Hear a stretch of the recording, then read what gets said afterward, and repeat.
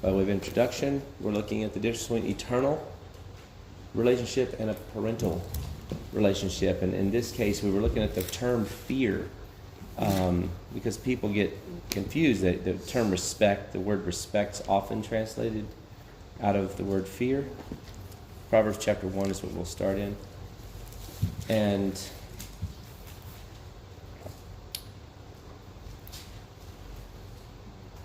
it's a technical word. Respect is tied to authority. It's not the way people use it today. That's why it's so confusing, and instinctively people know that that's weird.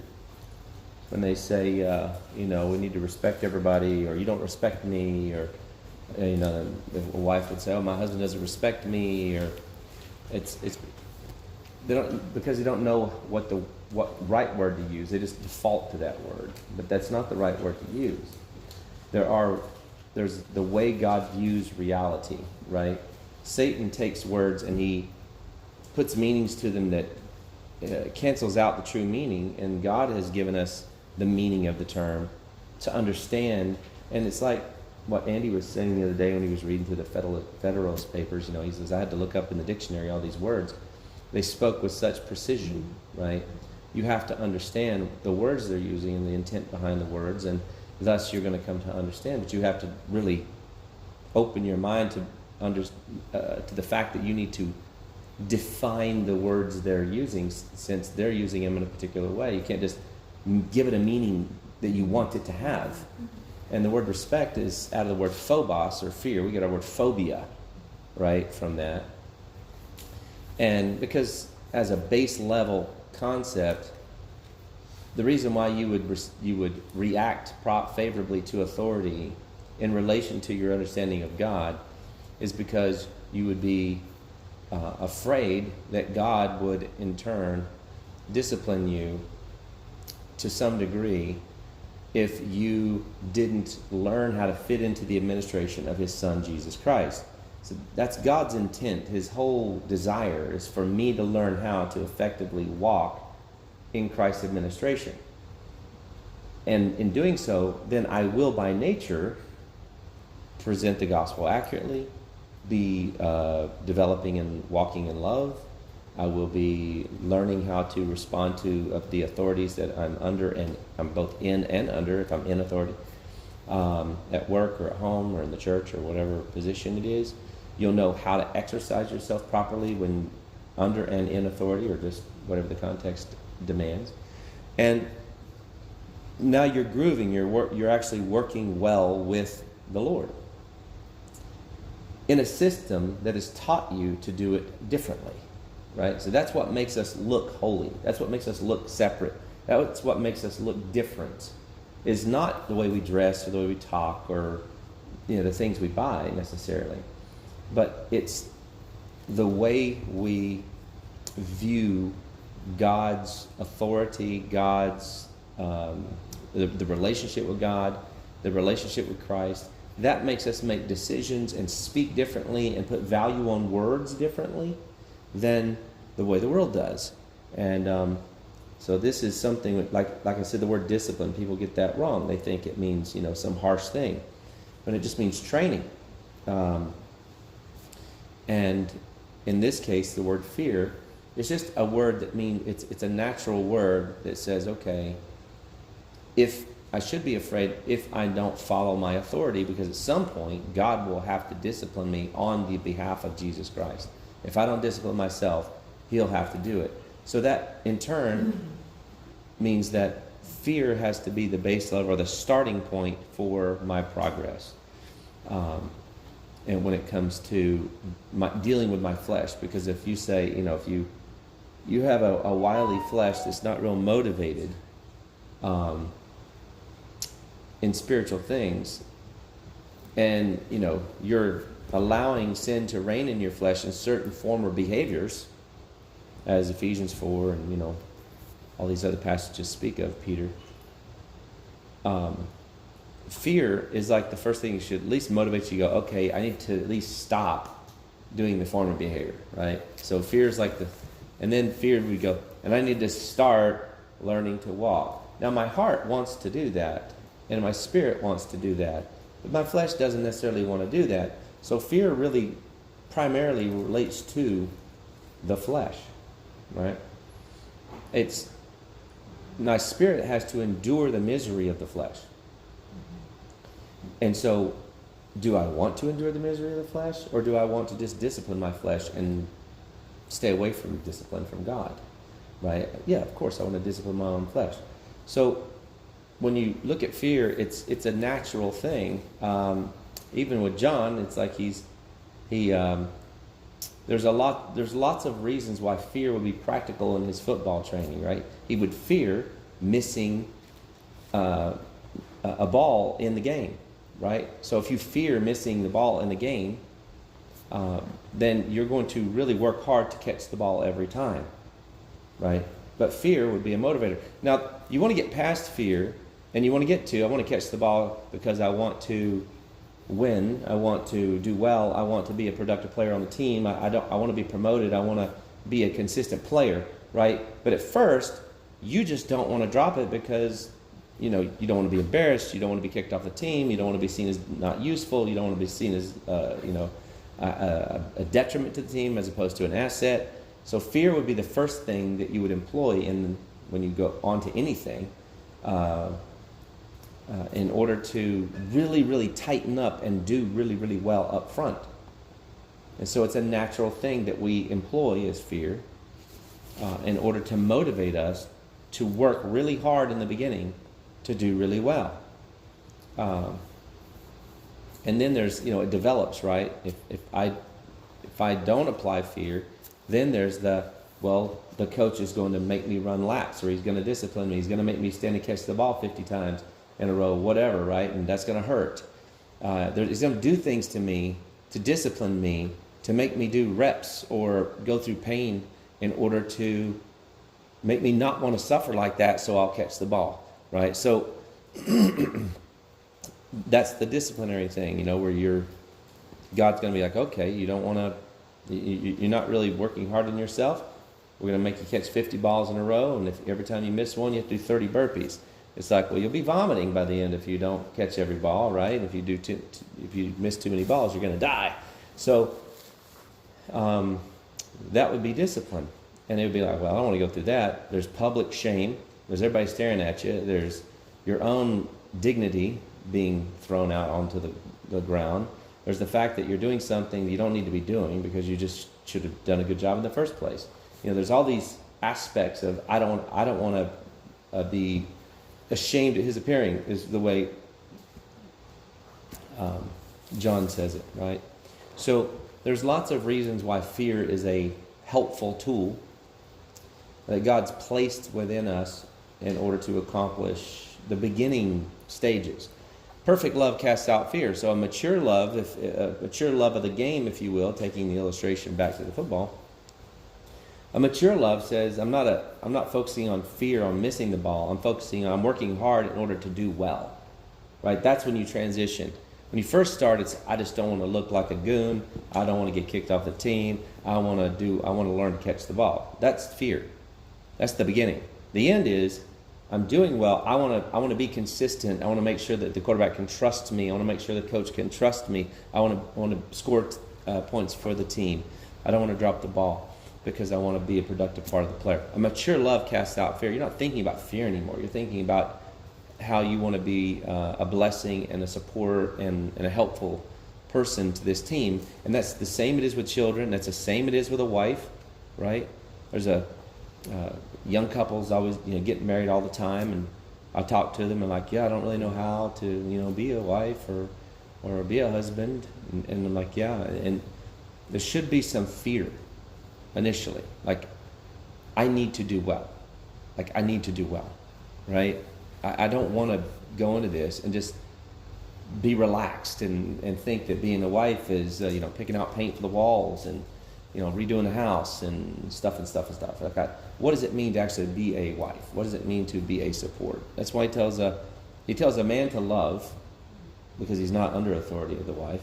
He tells a wife to fear. They translate it respect, and that's a good way to translate it, because it's not like you're shaking all the time. But you should be afraid of not doing a good job, right? As a kid would should be afraid of their parents of being, a pain and an embarrassment and a troublemaker, either in your home or out of your home or whatever a context is that they're in. And they should be afraid of embarrassing themselves in their family and shaming. Little kids don't think about God that much, but there should be an aspect of fear that, I'm going to be dealt with at home if I act out too much, right? And those are natural things, right? Natural things. So fear is a part of the parental aspect of God. Now, the eternal fear is we don't have it. I'm not afraid of damnation. He's paid for the sins. I'm not afraid of judgment eternally. He's paid for that.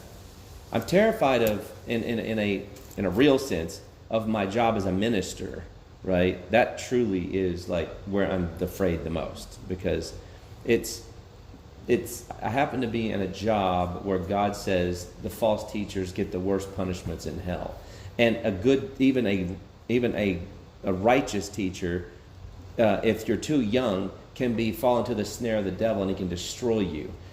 Or if you teach and you're arrogant and you teach the wrong stuff, yours is the greater temporal condemnation, right? So whether it's 1 Timothy 3 or it's James 3 or it's 2 Peter 2, it's a terrifying thought, to be in a position of teaching. That's why it blows my mind how arrogant people are and how pompous they are and how they stand in their position so arrogantly, like, that's just the truth, I don't care about that. No. They'll represent their denominations with such pompous arrogance and haughtiness and such hard-headedness and hard-heartedness.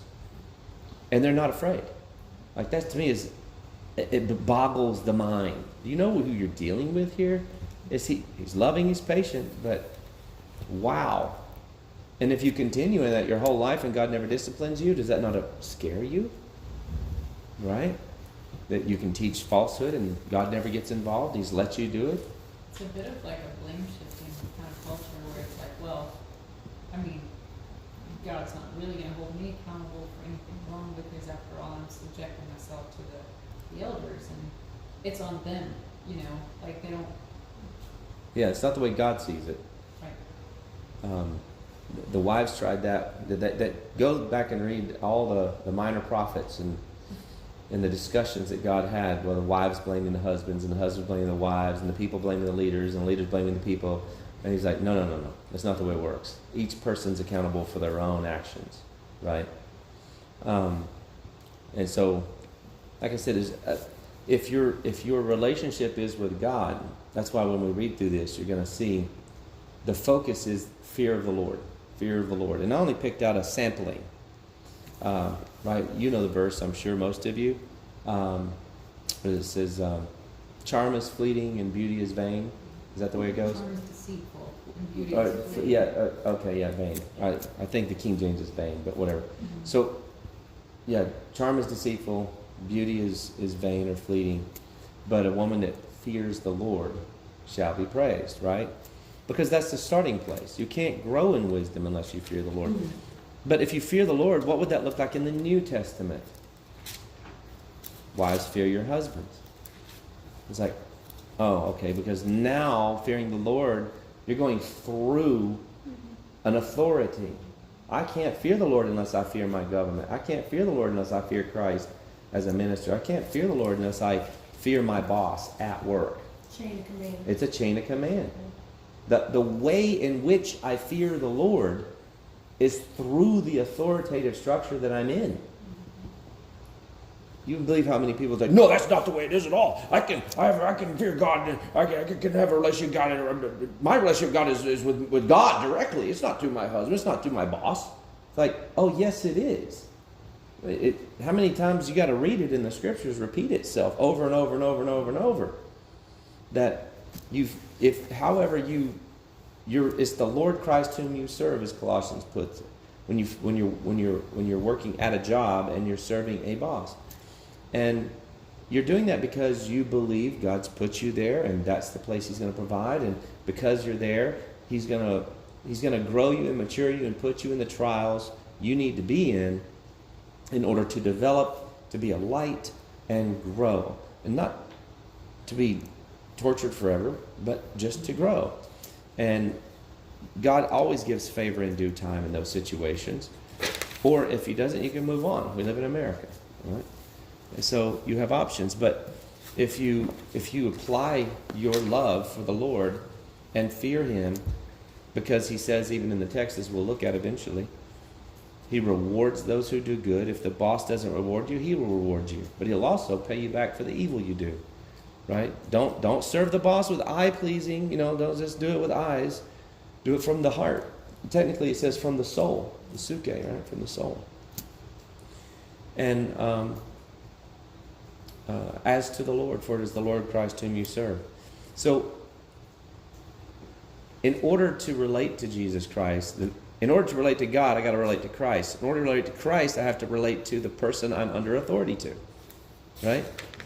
Because that's the way. If it's the Lord Christ whom I serve when I serve my boss, and I can't serve God except through Jesus Christ, this is God is the head of Christ. Christ is the head of the man. Man is the head of the wife. So I have to recognize the structure I'm in and go, okay, God, give me wisdom, help me to work out my salvation in this situation in such a way that is honorable to you. Not like fear and trembling. Fear and trembling is the starting place. I want to get past that. And, I studied real hard to become a husband, but I knew going into it that all the Bible knowledge in the world and all the advice in the world meant nothing because you haven't done it yet, right? You can study how to throw a ball all you want. The first time somebody throws a ball, it looks pretty embarrassing. You're like, it's always funny to watch people do the first pitch on a baseball game. If they've not really thrown a ball or they're not used to it, they're not athletic, and they're trying. They're trying so hard that ball just goes straight to the ground, or too hard left, or way up to the high right, or whatever. They're like, sometimes they'll make them like step way up rather than at the mound. Let's get way close so you can they'll go back and practice with them, right? Before they ever go out. And even though they practice, they still chuck that thing crazy, right? And it's just embarrassing. So no matter how much you know and how much you even do a quick practice, you're still going to just be terrible, right? It's just the way it goes. You're not going to do well because you just can't. You're not going to be a great husband. You're not going to be a great wife. But fear will hold me in account, right? It'll go, yeah, but I'm not going to be great, but I'm going to keep trying to be great. And I know that I can be great. I can change my culture, because you have to. You have to change your culture. You can't take being a child into marriage. You can't take being independent to being into marriage. You can't take, self-will into marriage, and on either party. And you have to change your entire culture. You don't you've never done it before, right? It's a whole new experience. And so you have to learn what that looks like, and that's a process. And even worse, when you've built, or not worse, but harder, when you've built a life being an unbeliever and you enter into marriage or wake up as a believer, and now you've been married for years, you're in a rhythm. You're in a smooth rhythm. And it might be a pretty good rhythm. And for the most part, might not need to be changed. Maybe the mindset behind the service and the love needs to be adjusted. But the deeds don't necessarily have to be changed. But some of them do. Some of the attitudes and some of the entitlements and some of the predispositions may have to be adjusted due to the fact that you came out of the world. So the fear of the Lord is what holds us to not be lazy about that, right? It's easier to see when you're John on a football team and you've got to perform, or you can be chucked off. And it's not as easy when you in other areas of life, right? Where contracts, and it's not easy to get fired nowadays, and all this stuff. So people got all this entitlement, these attitudes, and it doesn't matter if I have contracts or entitlements from the government standpoint. My relationship is with the Lord, right? So to please Him. And so this is what this is talking about. So Proverbs 1:7 Or we could start. Beth, you want to read it?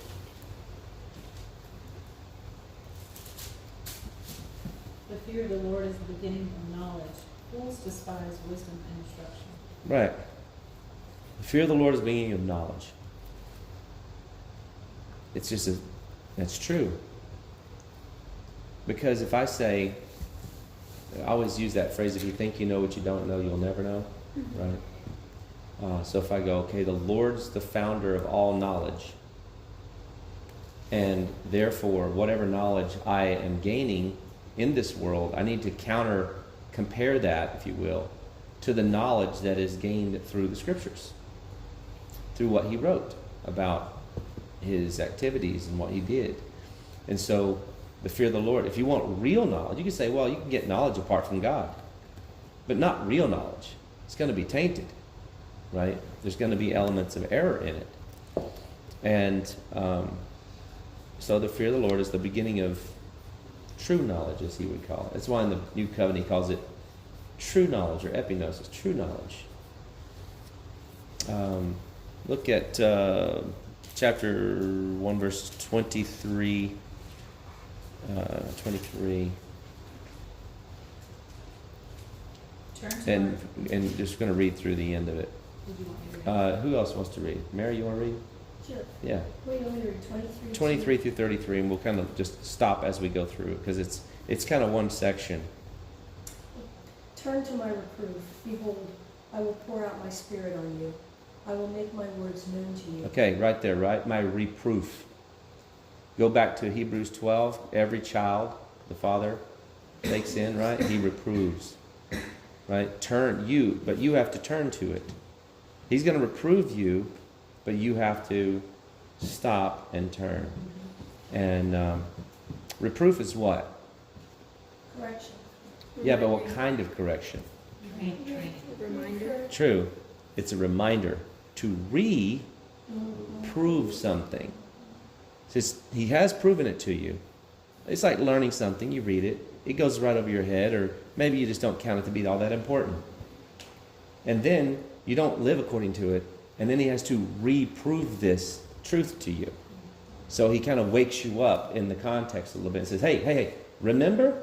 This is the truth, right? This is the way that the relationship works. So it's a reproof to you. So all these words are meaning, because when he says reproof, rebuke, exhort, instruct, all those are different words, right?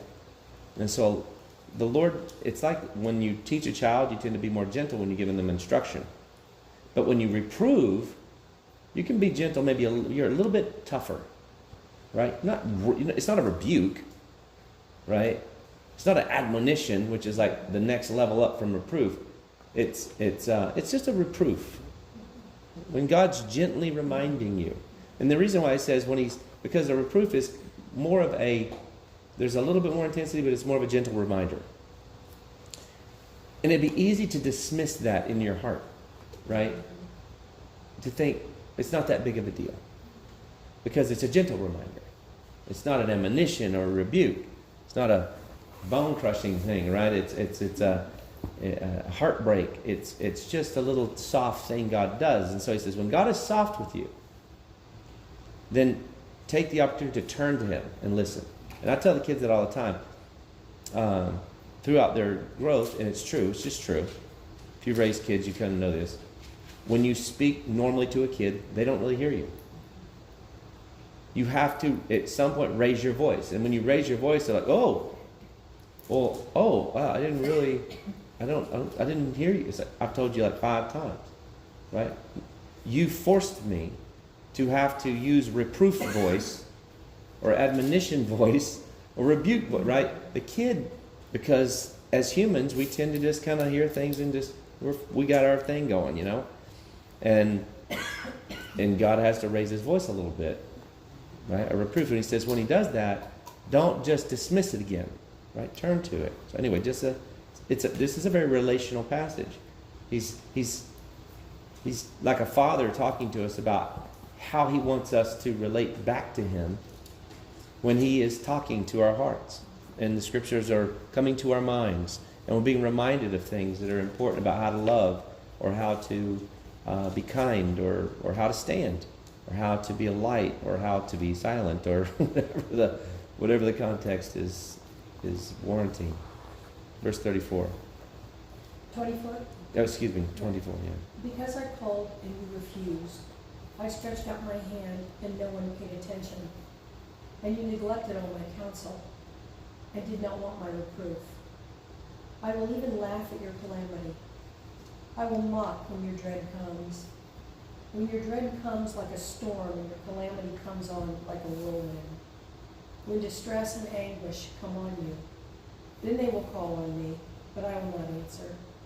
They will seek me diligently, but they shall not find me, because they hated knowledge and did not choose the fear of the Lord. There's the fear of the Lord. Now, of course, he's talking not about a child of God here, but Israel, whom he is reaching out to, and they're lost. And he's trying to appeal to them to enter into a relationship with him, and they're spurning that, rejecting that, and he says, okay. Then it's kind of like the old adage, I told you so, and you got what you put in for, right? What was coming to you. And so God's like, well, all right. I remember I've always said God doesn't force faith. Faith is your belief being applied in your life. So he even shows it right here. I'm reaching out, I'm pushing, I'm tapping, I'm bringing people, reminders, everything. If you spurn it and it goes bad for you, then it's kind of like the dad on the porch going, well, I warned the boy, whatever, But that would be a father. It's different if it's say a boss over a company where it's not a relationship per se, but it's just a rebellious person, and they're going to cause themselves harm. It's like, well, what can you do, right? He tried. So, go ahead. I'm on 30. Yeah. They would not accept my counsel. They spurned all my reproof. So they shall eat of the fruit of their own way and be satiated with their own devices. For the waywardness of the naive shall kill them, and the complacency of fools shall destroy them. But he who listens to me shall live securely, and shall be at ease from the dread of evil. Those are wonderful promises, right? Those who listen to me shall live securely. That's a wonderful promise. In the general sense, that's true. Other than when war or some crazy calamity or something happens, in the general flow of life, because all of his promises you got to apply them in a context, right?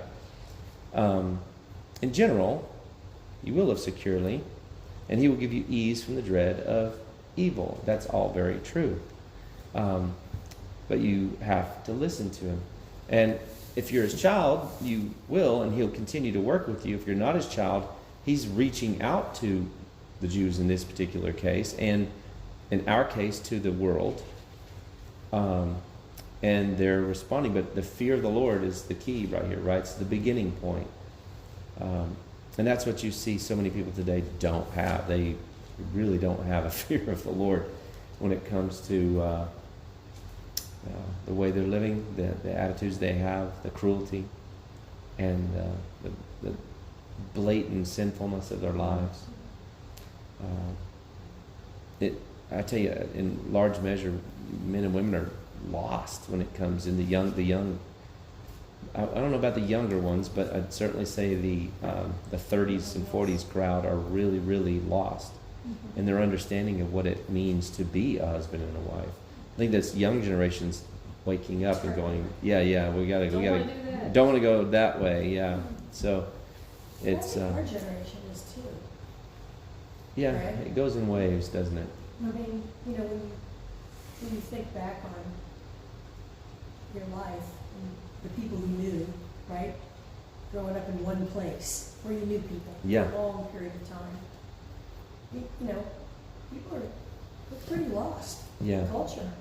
I mean, ever since really the 60s, there's been a lack of restraint culturally in so many ways. So what could we expect from our offspring? Right. Yeah. It's iniquity compounding, right? Yeah, exactly. Thankfully, I was raised in the Reagan era. With Nancy Reagan standing up there saying, be a chaste person and be honorable and don't do drugs and You know, like I was raised, huh? That's our Erica Kirk. Yeah. We were raised in, Hardly. yeah, but we were, Dive further. yeah. But we at least were raised with a little bit more of a conservative mindset. I think what my era was, not that this society all went for it, but at least I think there was a decent generation of families that came out of that group of years. But yeah, it's not in good situation. It hasn't been for a long time. So chapter 2, verses 11 through 15. Who wants to read that? Ellie, you want to read that?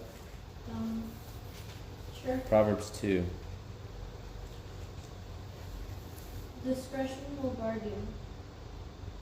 Understanding will watch over you, to deliver you from the way of evil, from a man who speaks perverse things, from those who lead the paths of Uprightness. To walk in the ways of darkness. You delight in doing evil, and rejoice in the perversity of evil. Those paths are crooked, and who are devious in their ways. Yeah. To deliver you from the strange woman. No, that was it. Oh, okay. It's just speaking of read chapter 3, verses 5 through 8. Of course, we all know that. Me? Or? Yeah, go ahead. Trust in the Lord with all your heart, and do not lean on your own understanding. In all your ways know him, and he will make your path straight. You want me to Through 8. What? Through 8. Okay. Do not be wise in your own eyes. Fear the Lord and turn away from evil. It will be healing to your body and refreshment to your bones. Right. And so you have there again, fear the Lord and turn away from evil. That's why those two things go together. You have the first part, yes, trust the Lord. That's the starting place for sure, is have faith, right? Mm-hmm. Trust Him with all your heart. Don't lean toward your own understanding initially. It doesn't say don't use your own understanding. It says don't lean upon it, right? But rather, it says in all your ways know Him. The word acknowledges the word know in the Hebrew. Know Him. Know the way your Father does things. Imitate your Father's beloved children is another way of saying that. In all your ways know Him, and He will make your path straight. Again, beautiful promise. Do not be wise in your own eyes. Fear the Lord and turn away from evil. And so, of course, the result is healing and strength and all that. And so this fear of the Lord is the theme throughout this book so far, right? And you see all these beautiful promises that come out of it, as we talked about. And that passage, of course, is one of my absolute favorites. Look at chapter 8, verse 13.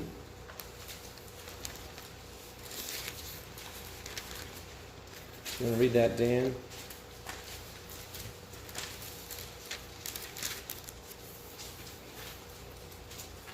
The fear of the Lord is to hate evil, pride and arrogance and evil way and perverted mouth. Yeah. Notice that the fear of the Lord is resulting in something you would hate. Remember, we talked about this before. If you don't hate, you're not like God. You have to have hate because love and hate go together. God is love, God is hate. He hates a lot of things. You know, He hates the twisting up. His wrath is being stored up against all ungodliness and unrighteousness of men who suppress the truth in unrighteousness and exchange the truth of God for a lie. So we know He hates. And it says anyone who loves the world, the love of the Father is found in him.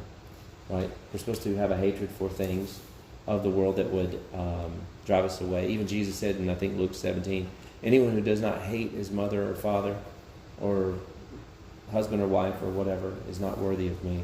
And what He's talking about is you would hate being in a situation where you had someone asking you to pick them over God or over Christ. You would hate being in that situation. Not that you would show someone hatred, but that you would be hating the situation, and you would, because they're forcing you to end the relationship because or in some way harm the relationship because you're having to pick God and Christ over them. And that's one of these situations where he says, starts out verse 12, I, wisdom, dwell with prudence, and I find knowledge and discretion. The fear of the Lord is to hate evil. Pride, arrogance, and the evil way, the perverted or forward mouth, I hate. So the fear of the Lord results in a hatred for certain aspects of life. That's normal, because the reason why the fear of the Lord means I'm going to hate it is because my Father hates it. And I'm going to be like my Father. That's why it says be angry and don't sin.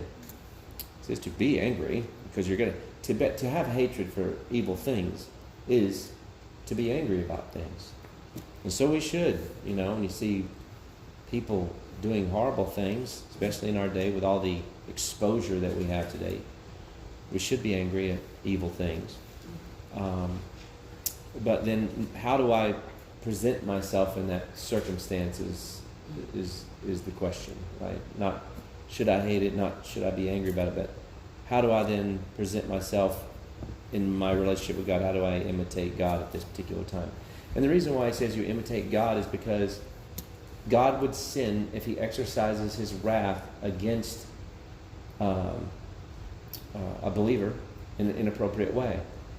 Right? He's left all judgment to the Son. And if he's a father, he has to love them as a father, not as just an angry God. Right? So I have to love the believers the way the Father loves the believers. I have to love the believers the way Jesus loves the believers, and let him deal with the negative implications. I have to love the world the way the Father loves the world, where he tolerates them, but is angry, and that he trusts Jesus to judge them properly in the end. So if God trusts Jesus to properly judge them in the end, then I have to trust Jesus. I have to trust God trusting Jesus to properly judge them in the end. So, but that being said, if I fear the Lord, I'm still going to hate what he hates and love what he loves, because I'm going to see myself as his child, right? And recognize that and want to imitate him. The world always tries to say, well, God is just love, and we should love everyone. It's so incorrect. Well, that's how we got in this situation, right? We've been loving, and in the meantime, the Muslims are just taking over the world, right? And, okay, we might need to wake up and reevaluate that thought, Senator Kennedy. And it's not love. It's not love to. Well, I know that, and you know that. Yeah. But, I mean, that word is abused. yes, and so is respect, right? All these words are abused. And because Satan's like, good, we have a word, let me now change its importance in Christendom. And that way everybody can be perverted and easily deceived and easily manipulated, and I get a foothold in the church because I've changed the meanings of the words. And by doing that, when you read the Bible, you read it based upon a satanic version mentally, as opposed to the actual true meaning of what it's communicating. So it is a fight. That's why he says in 2 Corinthians 10, that the battle, the fortress, is the fortress of the mind. He says we're tearing down fortresses, and the Greek word is logical fortresses, or fortresses based on logic. It's the word logismais. It's like a fortress of logic. We're tearing those down and subjecting our thoughts to Christ, and then after we're evaluating our thoughts and then either destroying those speculations or tweaking them to fit into the life that I'm in. But the biggest battle we have is evaluating our own thoughts, because that's where the real, whatever my presuppositions are, I'm going to live by those as an instinct. Especially if I don't have a counter thought, and I don't have time in my mind to go find the counter thought. I think, well, I'll get to it later. Right now, I'm just going to keep doing it this way, right? And then you wake up, keep taking this medication, keep brushing my teeth this way, keep driving this way, keep speaking this way, keep thinking this way, and until I have time to figure it out, right? And what's important to kind of do that up front, because even on a human level, if you work out wrong, you can tear muscles, you can tear ligaments, right? If you take the wrong kind of medication, you can really hurt yourself.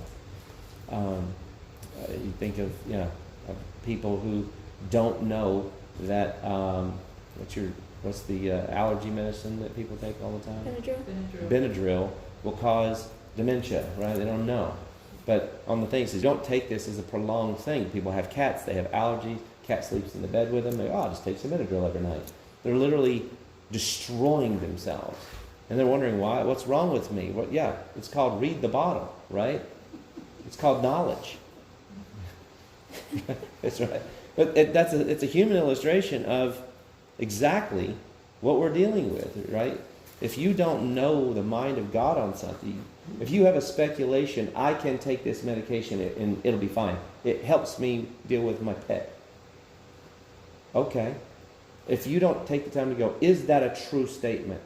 It will be fine, right? Because that's in there. Most people aren't going to just take it if they know it's utterly going to wreck them when they get old, right? And you go, is it? Okay, is it? But is it going to be fine? Right? That was the problem with the COVID-19 thing. Mm-hmm. Just take the shot. Nobody care. Nobody think. Nobody evaluate it. Just take it. Just do it.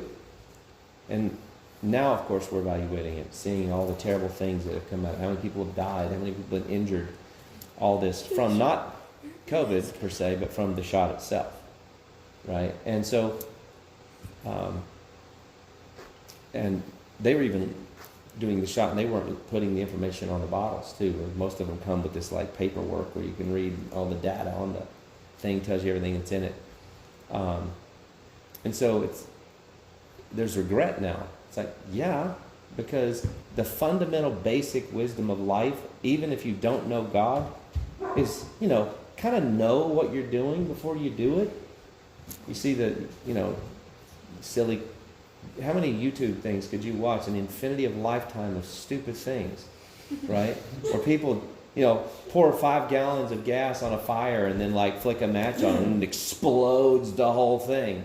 You're like, did they not know? Did they not go on YouTube and look? How many gallons would cause it to just explode, I think this will work,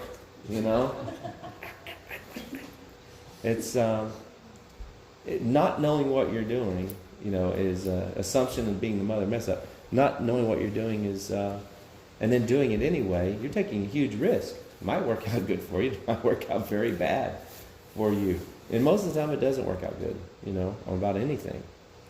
So knowing how to use words and knowing the mind of God and knowing what are my own presuppositions and are they harming me? I mean, why would I want to do something that's harmful to myself? So, very important. Look at chapter 9, verse 10.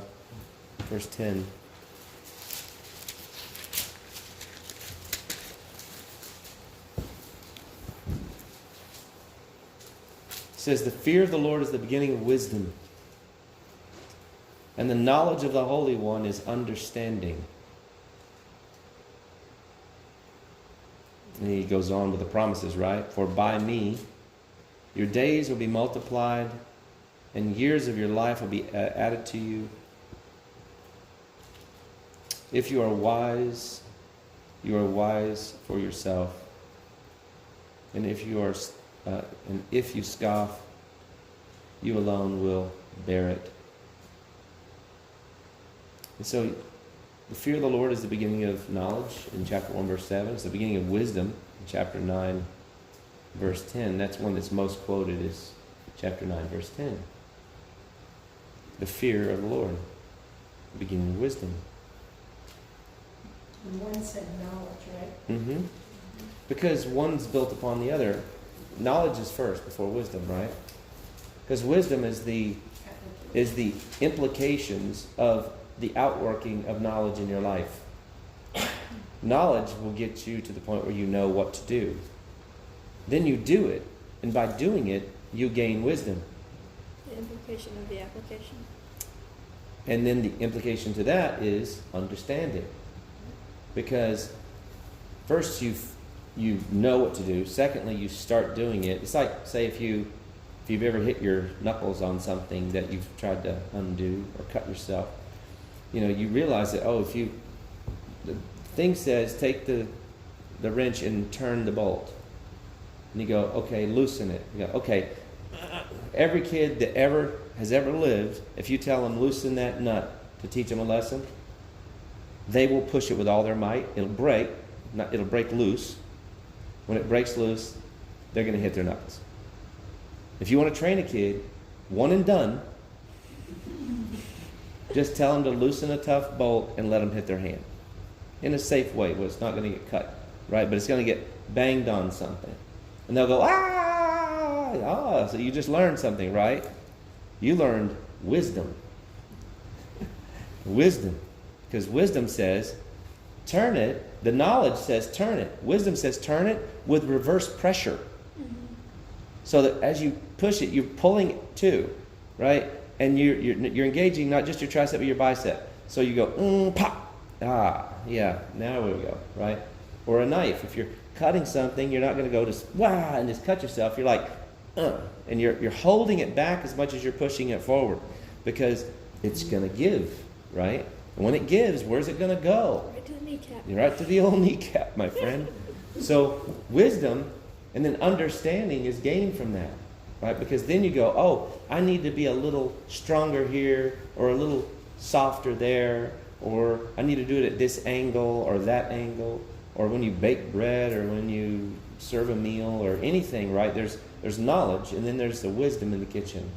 That's why I can ask all my girls to make the same bread and the same ingredients the same way, and it'll turn out different for every single one of them. Because some of them have more wisdom, and some of them have more understanding. And the more you have wisdom and the more you have understanding, the better the bread gets, right? Bottom line. I mean, Faith has made a recipe of how to make a fluffy pancake out of eggs and junk, right? So it's just all protein. Nobody in the house can do it but her. She tells them what to do. She shows them what to do. She explains it. She's the only one that makes this beautiful fluffy pancake out of nothing but like eggs and whatever it is, right? There's no flour, nothing in it. So it's all protein. And it tastes like a big fluffy pancake. Everybody else makes these what I call Russian flat cakes. When I went to Russia, their pancakes were like these super thin flat things, just on plate. And I was like, okay. And it's like, she'll even be on the phone. Here's how you do it, and you got to whip it a little longer, and you got to do this, and they're doing it, and it turns out wrong. Still, why? Understanding, right? They all got the same knowledge, and some of them are developing the wisdom of how to put it all together. But there's a gap, obviously, 6-1 on understanding, right? And no one's graduated in the understanding department on how to make these pancakes yet, right? It'd be nice, because I like them. Nice to have more people that can make them. Right? Sorry, Greg. I know. What happens if you want them and Faith's not around? You're going to get the flapjacks, the Russian flat cake, It's not bad, but it ain't that, right? It's also funny because you always want them when Faith happens to be wrong. Huh? You always want them on the day that Faith happens to be wrong. Yeah, exactly. And then nobody makes bread like Hope. I was about to say that. Nobody makes, she somehow mastered the bun, the bread, the whatever. It's just absolutely insanely good, the macaroni grill bun.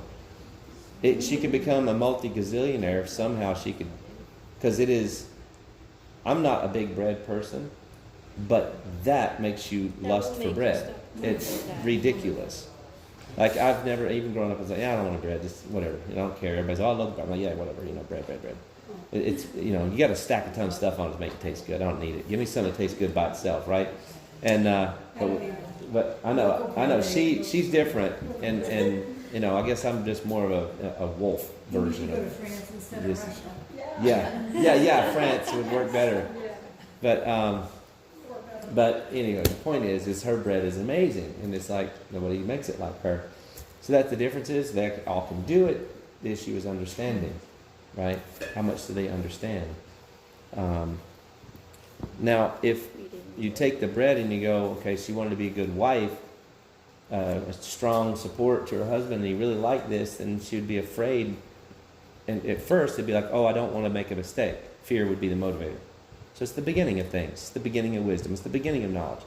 But love casts out fear, right? 1 John 5. So in time, the mature person doesn't live in fear. They live in love. But it does take time to transition out of fear into love. And fear is your friend. It's not terror. It's fear. Fear of not doing well. Fear of not performing well. Fear of not accomplishing love in some way or another. For me, it's because when it comes to the scriptures, the fear of messing up the truth and misrepresenting the Lord is what would push me, and Beth can testify. Used to get out of bed, roll out, 8 o'clock every single day, and just diagram all day long, sometimes until 2 that morning, right? And then get up and do it again, and do it again, and do it again, and do it again, and do it again.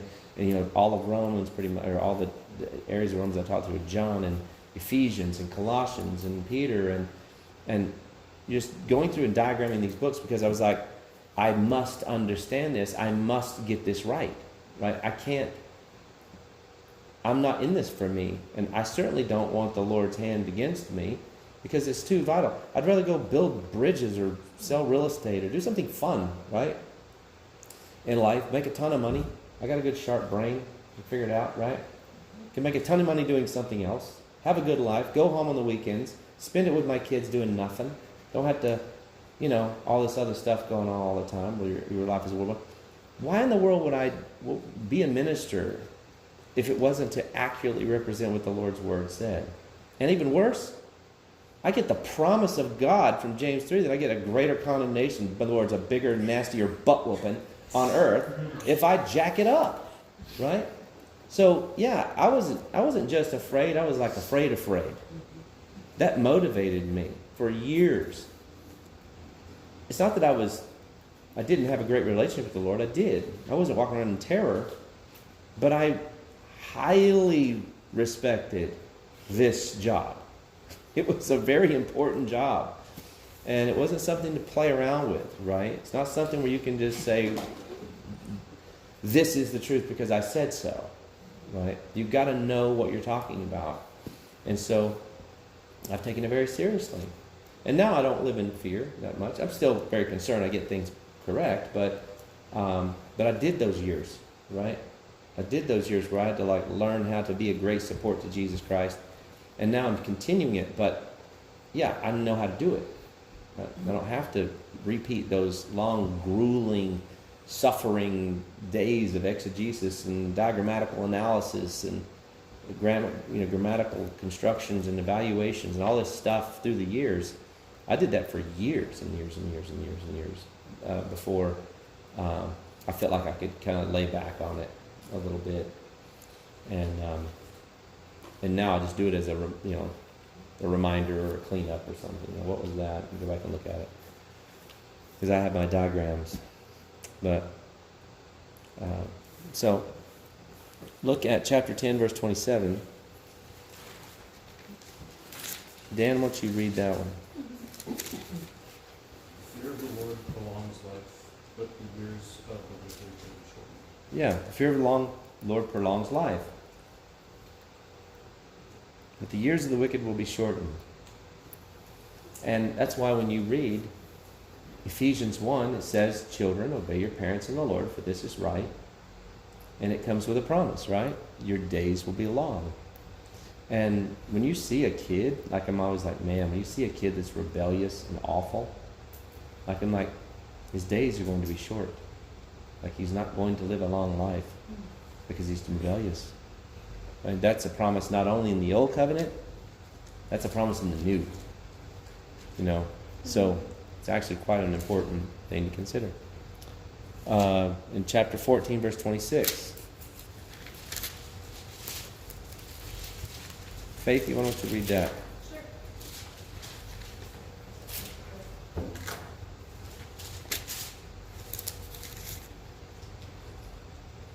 In the fear of the Lord there is strong confidence, and his children will have refuge. Right. Fear the Lord, there is strong confidence. Because God is with you, God is behind you, God backs you, and his children will have refuge. That's a beautiful thing. It's like, I love these little promises. When I'm cautious to represent him, he is very attentive to that. Like, oh, wow, okay. Like he cares about that very much. He's attentive. He notices you.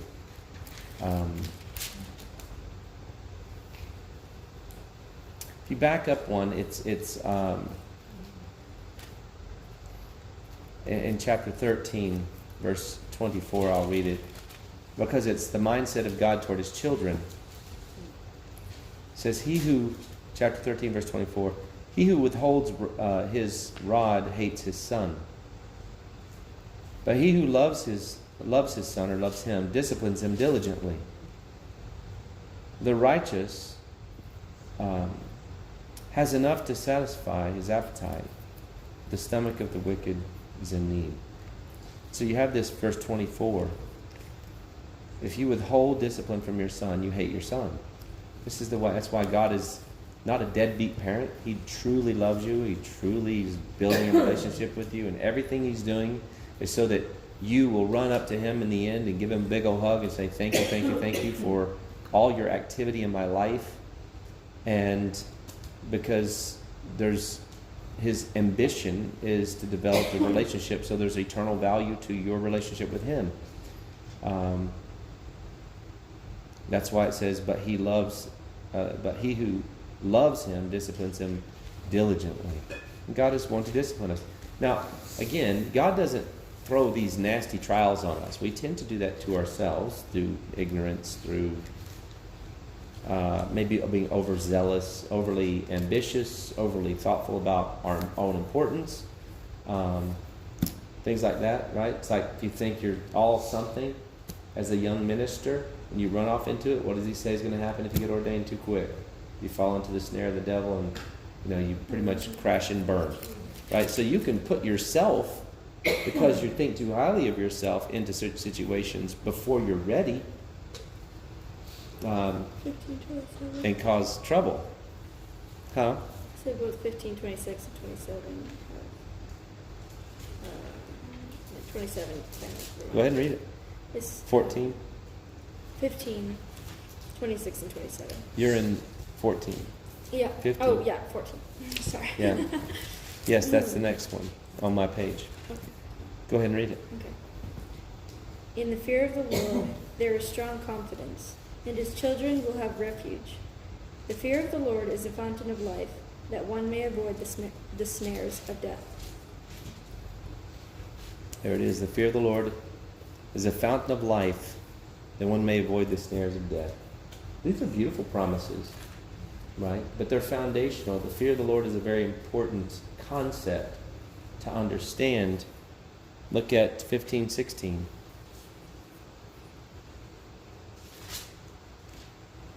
Go ahead and read it there, Caribou.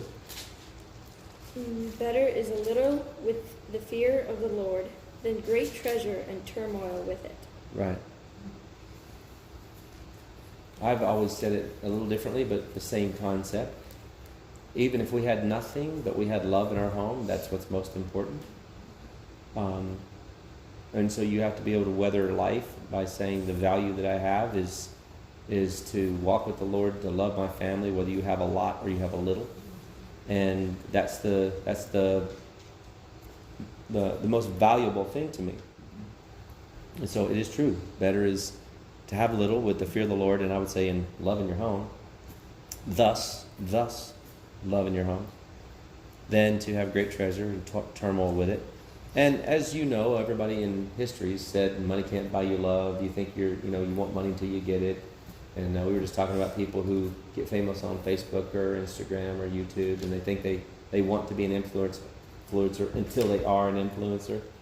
And then they're like, they can't go out and eat, they can't go to the mall, whatever, and everybody's stopping them, they want an autograph, they want a picture. It becomes a burden to life, right? Because now you have this great wealth and you don't know what to do with it.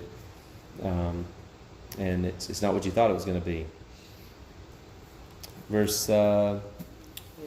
Chapter 15, verse 33. The fear of the Lord is the instruction for wisdom, and before honor comes humility. That's a big one in my mind. It's always been there. The fear of the Lord is the instruction for wisdom. And before honor comes humility. Now, honor is definitely, the word humility is in relation again to authority. And honor is the result of saying, you give honor to whom honor is due, right? In other words, you don't just honor somebody unless they've earned that honor. You can, but you have to be cautious about that. You can create an attitude of entitlement. But God says, and this is a parallel to 1 Peter chapter 5, where it talks to the young men who might think they're more important than they are in the church. And he says, humble yourself before the mighty hand of God, that he may exalt you in due time. That's a parallel to this verse. That before honor comes humility. They have to be humble because God is opposed to the proud, but gives grace to the humble. And Satan is like a roaring lion seeking someone to devour. 1 Peter 5, toward the end, right, of the chapter. And so, but the fear of the Lord is instruction for wisdom. It's the basis of how you would gain wisdom, because you would be considering the Lord's thinking in the context, and you would be cautious, and you would gain wisdom carefully and healthily, if you will, through the process without overly falling. I like Psalm 37 says, he will not let you fall headlong, right? It doesn't say he won't let you fall. He says he won't let you fall headlong. And the illustration I always saw in my head to that was when Gracie was young, a baby. You would always hold her, she would hold your hand, but you would hold her hand. And I would always hold it with the preparations. She had a big head, right? She was like a bobblehead. Top heavy. She was top heavy. She had this skinny little body, and as a kid, and top heavy. So and she would, if she started leaning forward, sometimes she would go down, right? Because the big old head would pull her right down. And it was awful because one time I didn't have her and she fell right on her face. It was terrible.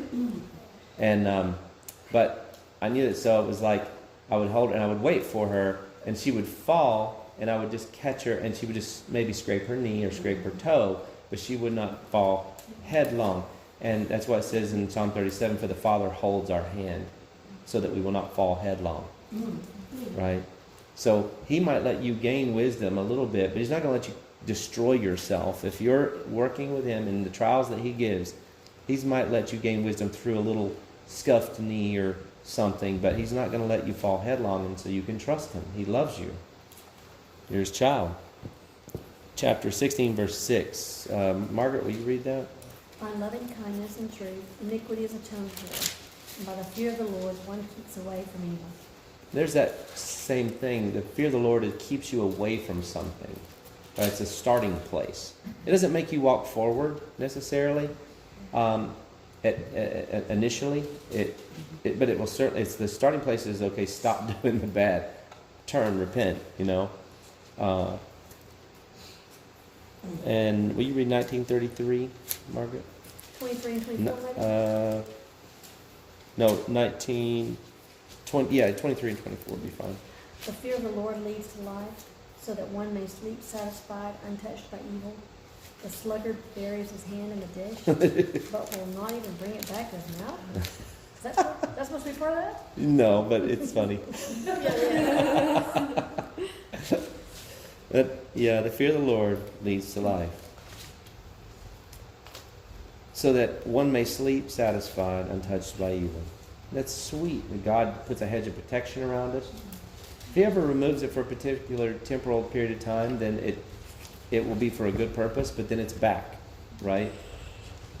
We're protected by the power of God. We're protected from evil. Even in Peter, in 2 Peter 2, he speaks about he knows how to rescue his godly ones from temptation, using Lot as an example. And by the way, if you read Genesis, you would never think that Lot was a good man or a godly man ever.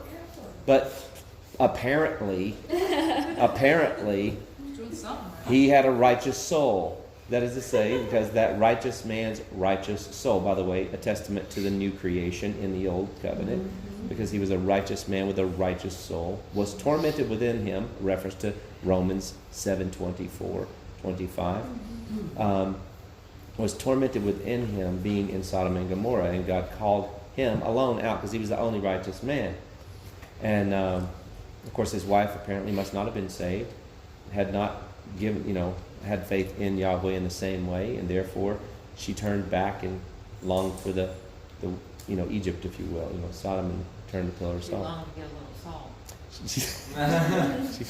Exactly. She got it. She got it. So, unfortunate. But, yeah, it's nice to know God's protection and His love. Even if we put ourselves in a treacherous situation like Lot did, it was not a good city for him to be in. It'd be like one of us just moving to the worst part of San Francisco or something. It's like, really? But that's where his wife wanted to be, and that's the problem, right? That's the text. His family and liked the inner city, and he was wealthy, so Because he's the one that chose the land first. Yeah, he was dishonorable because he's a nephew, right, of Abraham, and it was a very dishonorable thing to undermine. Yeah. It was very dishonorable. In the end, he lost everything, But we need to wrap up. But now we'll continue this next time. But for the sake of just application, look at now just a few passages. Turn to Ephesians 5, and we'll look at 5 and 6, and you can see this, and we won't spend a lot of time on it, but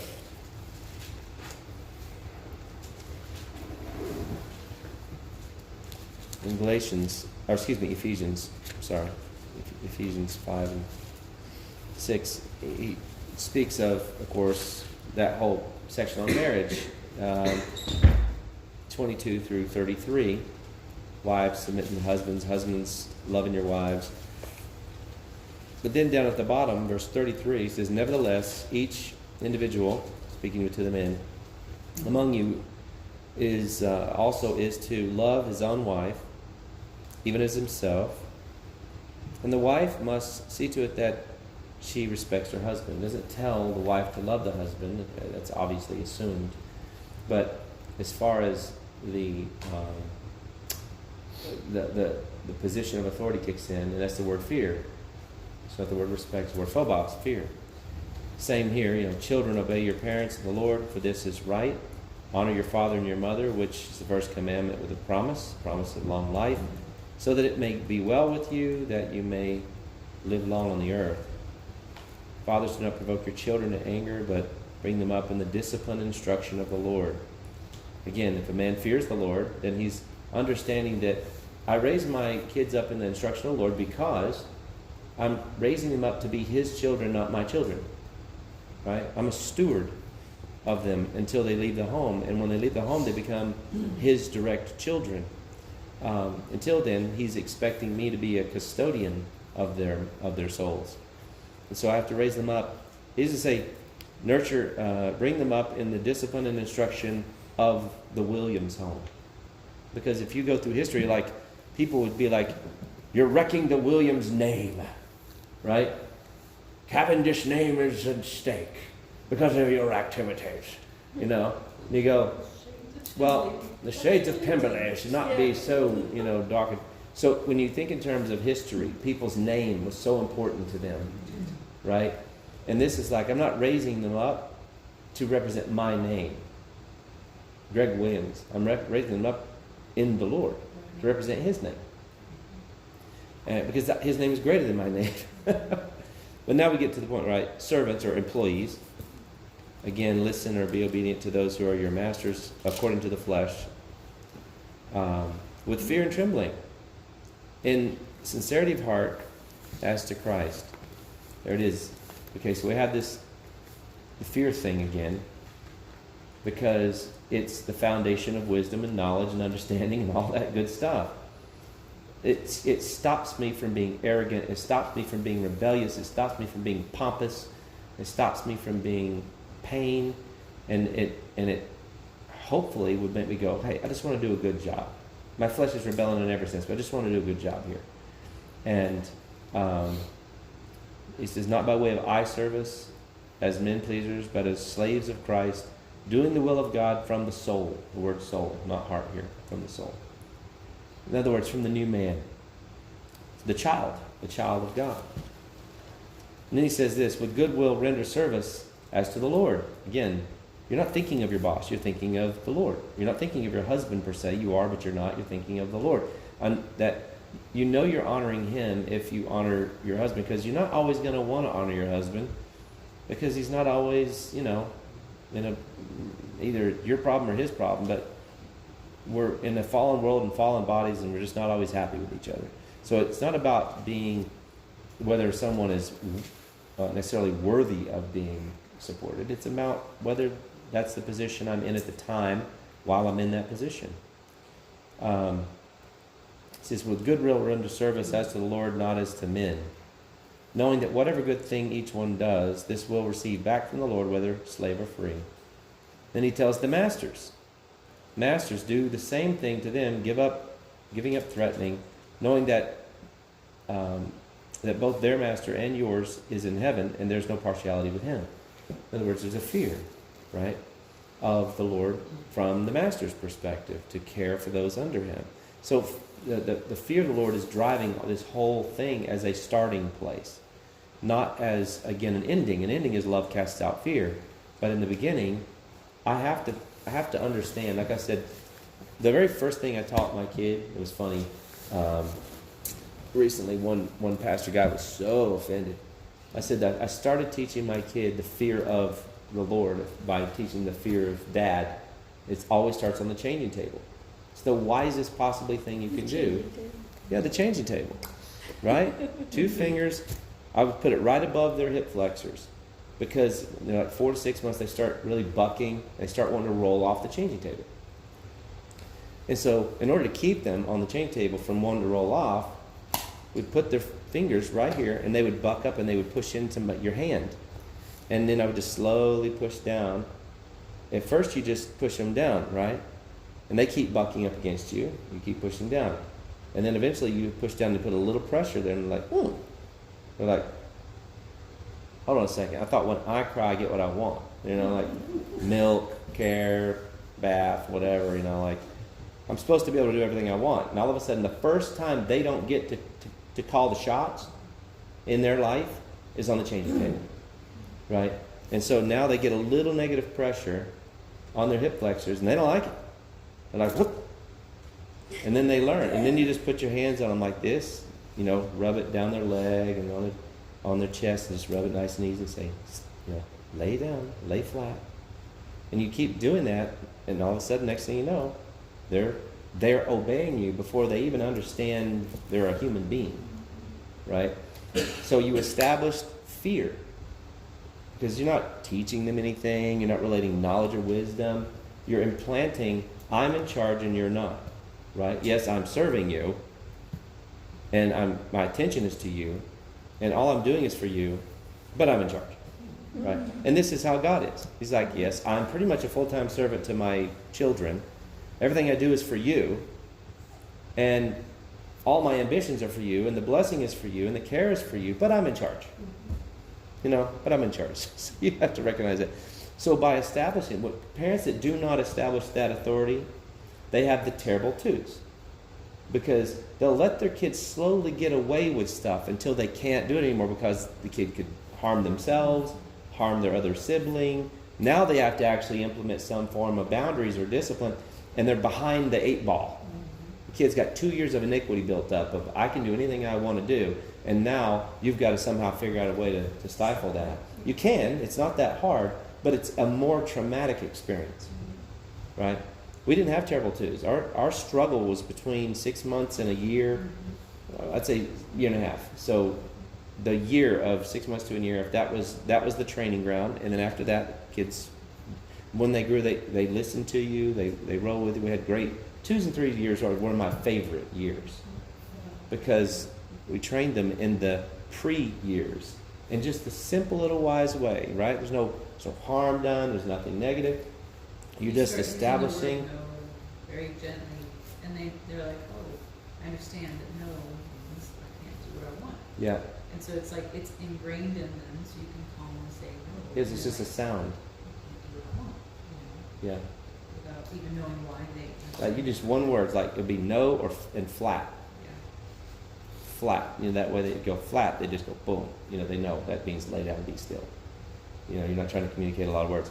So we instilled a proper fear of authority in them at an early age. And our problem is we come into the Lord with some years under our belt, and it's a little harder when you're managing a flesh that's had gotten to do whatever it wants to do and the ways that we want. And the Lord is careful and caring and loving, and He doesn't expect you to be able to jump through hoops, when you're young. And this is not to make anybody sit around and be afraid of God all the time. It's just to hopefully help build a relationship between you and God, to where you'll care a little bit more about trying to be a loving child back to God, and a child who imitates their father and who cares about that. And understand that God is obligated to you and cares deeply about you and will always pursue the discipline that builds a relationship in holiness and righteousness with you. And hopefully that's what we're... Anybody have any questions on that? Janae, could you please summarize for us? Here's the foundation. Love is the goal. Good job. There you go. She just nailed it, huh? Beautiful. Please move to the You're teaching next house.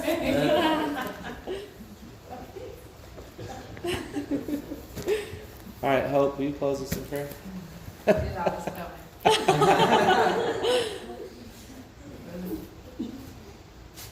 Lord, for today. Thank you for blessing us with this chance to get together and go over your word and learn more about ourselves and our spirits and how to live out, control our flesh through the wisdom you've given us in the book. Thank you for my dad and giving him the wisdom and the time to execute, giving out the wisdom and helping us understand it. I pray that you bless the rest of our week.